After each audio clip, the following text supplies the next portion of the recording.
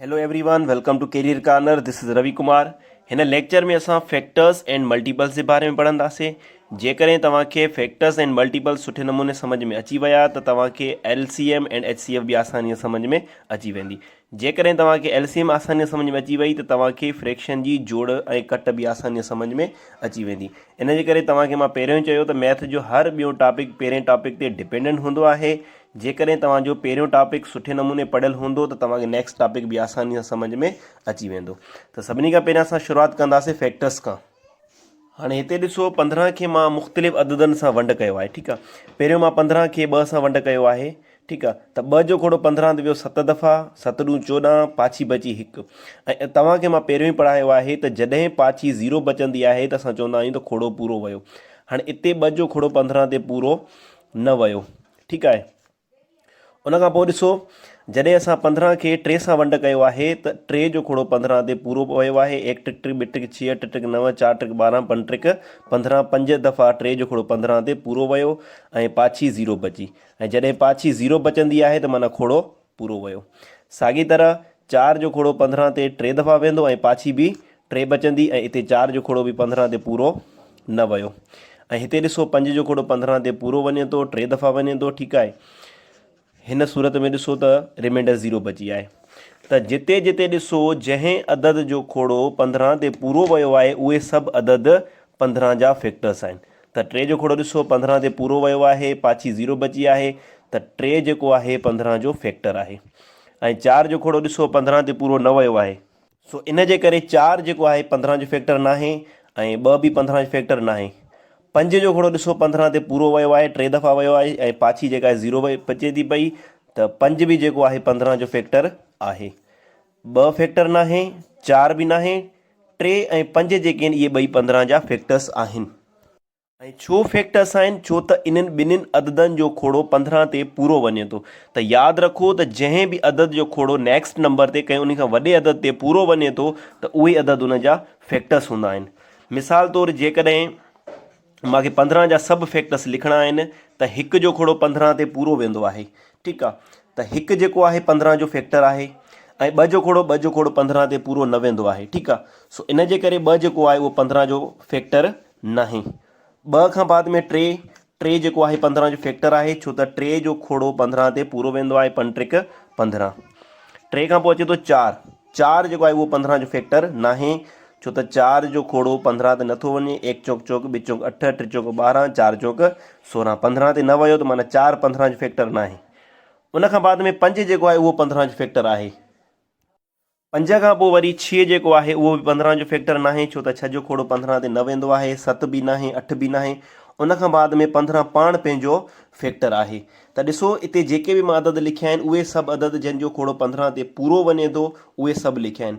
त इहे सभु जेके अदद मां लिखिया आहिनि इहे सभु जेके आहिनि इहे 15 जा फैक्टर्स आहिनि। जेकॾहिं असांखे 12 जा फैक्टर्स लिखणा आहिनि त 12 जो फैक्टर थींदो 1, छो त 1 जो खोड़ो 12 ते पूरो वेंदो आहे ऐं 2 बि 12 जो फैक्टर थींदो, 3 बि 12 जो फैक्टर थींदो, 4 बि थींदो ऐं 5 12 जो फैक्टर न थींदो, छो त 5 जो खोड़ो 12 ते पूरो न वेंदो आहे। 5 12 जो फैक्टर न आहे। उन खां बाद में 6 थींदो ऐं उन खां बाद में 12 पाण पंहिंजो फैक्टर आहे। त उहे अदद मां लिखिया आहिनि 12 लाइ जंहिंजो खोड़ो 12 ते पूरो वेंदो आहे ऐं इहे सभु अदद 12 जा फैक्टर्स आहिनि। ठीकु आहे, अची वई ॻाल्हि सम्झ में। ऐं उन खां बाद में असां फैक्टर्स लाइ कुझु प्रॉपर्टीज़ पढ़ंदासीं त उहे बि तव्हांखे सम्झो। ठीकु आहे, सभिनी खां पहिरीं प्रॉपर्टी 1 जेको आहे उहो हर नंबर जो फैक्टर आहे, फैक्टर ऑफ एवरी नंबर। जेको बि नंबर हूंदो 1 जेको आहे सभिनी जो फैक्टर आहे, छो त 1 जो खोड़ो हर अदद ते वेंदो आहे। ठीकु आहे, हाणे हिते ॾिसो 1 जेको आहे 15 जो बि फैक्टर आहे ऐं 1 जेको आहे 12 जो बि फैक्टर आहे। जेको बि अदद आहे 15 20 30 28 43 भले लखनि में हुजे, जेको बि अदद हुजे 1 जेको आहे उहो सभिनी अददनि जो फैक्टर हूंदो आहे। ठीकु आहे, इहा ॻाल्हि सम्झ में अची वई।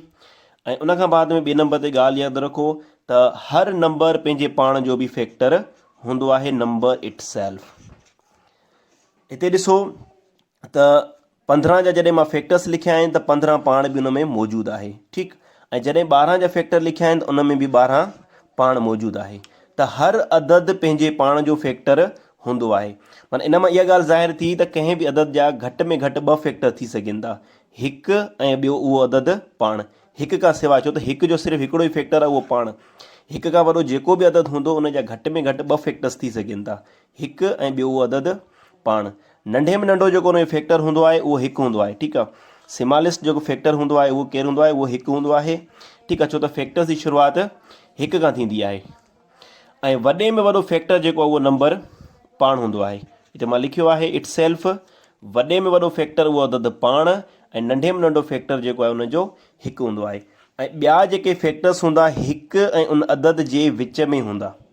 हाणे इन मां असांखे इहा ॻाल्हि बि ज़ाहिर थी त उन अदद जे पाण खां अलावा उन जा जेके बि फैक्टर्स हूंदा उहे सभु उन खां नंढा हूंदा, लेस देन गिवन नंबर। मतिलबु जेको बि असां वटि नंबर हूंदो उन जा जेकॾहिं असांखे टोटल फैक्टर्स लिखणा आहिनि उहे सभु फैक्टर्स उन खां नंढा हूंदा।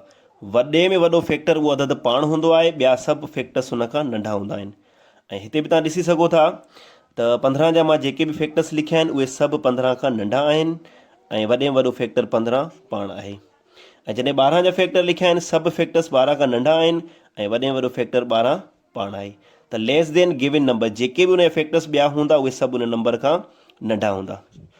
चौथे नंबर ते पॉइंट यादि रखो त कंहिं बि नंबर जा फैक्टर्स जेके हूंदा आहिनि उहे लिमिटेड हूंदा आहिनि। मतिलबु 2 हूंदा, 3 हूंदा, 4 हूंदा, 8, 10, 12 केतिरा बि हूंदा, पर उहे हूंदा लिमिटेड आहिनि। ऐं उन खां अलावा असां इहो बि पढ़ियोसीं त जेकॾहिं कंहिं बि अदद जा 2 फैक्टर हूंदा आहिनि त उहो अदद जेको आहे प्राइम हूंदो आहे ऐं जंहिं अदद जा 2 खां वधीक फैक्टर्स हूंदा आहिनि त उहो कंपोज़िट हूंदो आहे। इहो असां हिन लेक्चर खां पहिरियां पढ़ी चुका आहियूं। उन खां बाद में असीं पढ़ंदासीं मल्टीपल्स। हाणे मल्टीपल्स छा हूंदा आहिनि, तव्हांखे अददनि जा खोड़ा त यादि हूंदा, उन खोड़ो पढ़ण में जेके नंबर्स अचनि था पिया उहे उन अदद जा मल्टीपल्स हूंदा आहिनि। मां 3 जो खोड़ो लिखियो आहे, 1 trick trick 2 trick 6 trick 9 4 trick 12। त हीअ जेके सभु अदद तव्हां ॾिसो था पिया इहे सभु 3 जा मल्टीपल्स आहिनि। ऐं इन खां अलावा अॻिते बि आहिनि। 3 जो खोड़ो 3 खां बाद में 33 ते बि वेंदो आहे, वरी 33 में तव्हां 3 जोड़ कंदव 36, उन खां बाद 39, उन खां पोइ 42, वरी 45। त हीअ सभु 3 जा मल्टीपल्स आहिनि, छो त 3 जो खोड़ो वरी इन्हनि ते पूरो वेंदो आहे। त हीअ सभु 3 जा मल्टीपल्स आहिनि। मल्टीपल जो मतिलबु मल्टीप्लाए करण सां जेको असांखे नंबर मिलंदो आहे।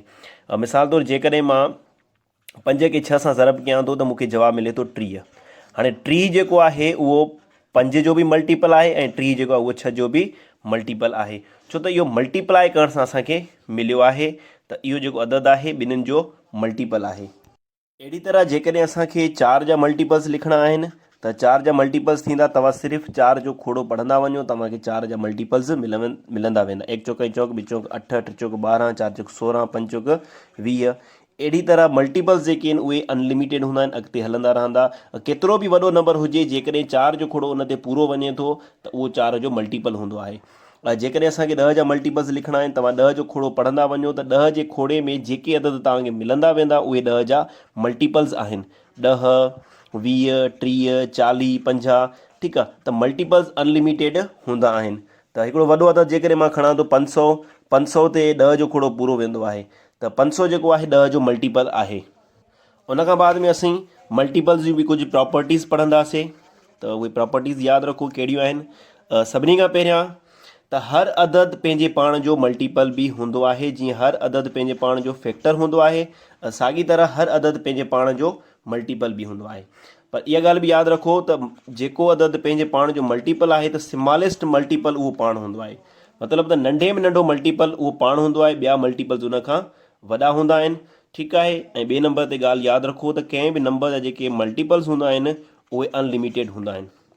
त हिते असां कंहिं बि नंबर लाइ ईअं नथा चई सघूं त हिन अदद जो वॾे में वॾो मल्टीपल इहो आहे, छो त मल्टीपल्स जेके आहिनि उहे अनलिमिटेड हूंदा आहिनि।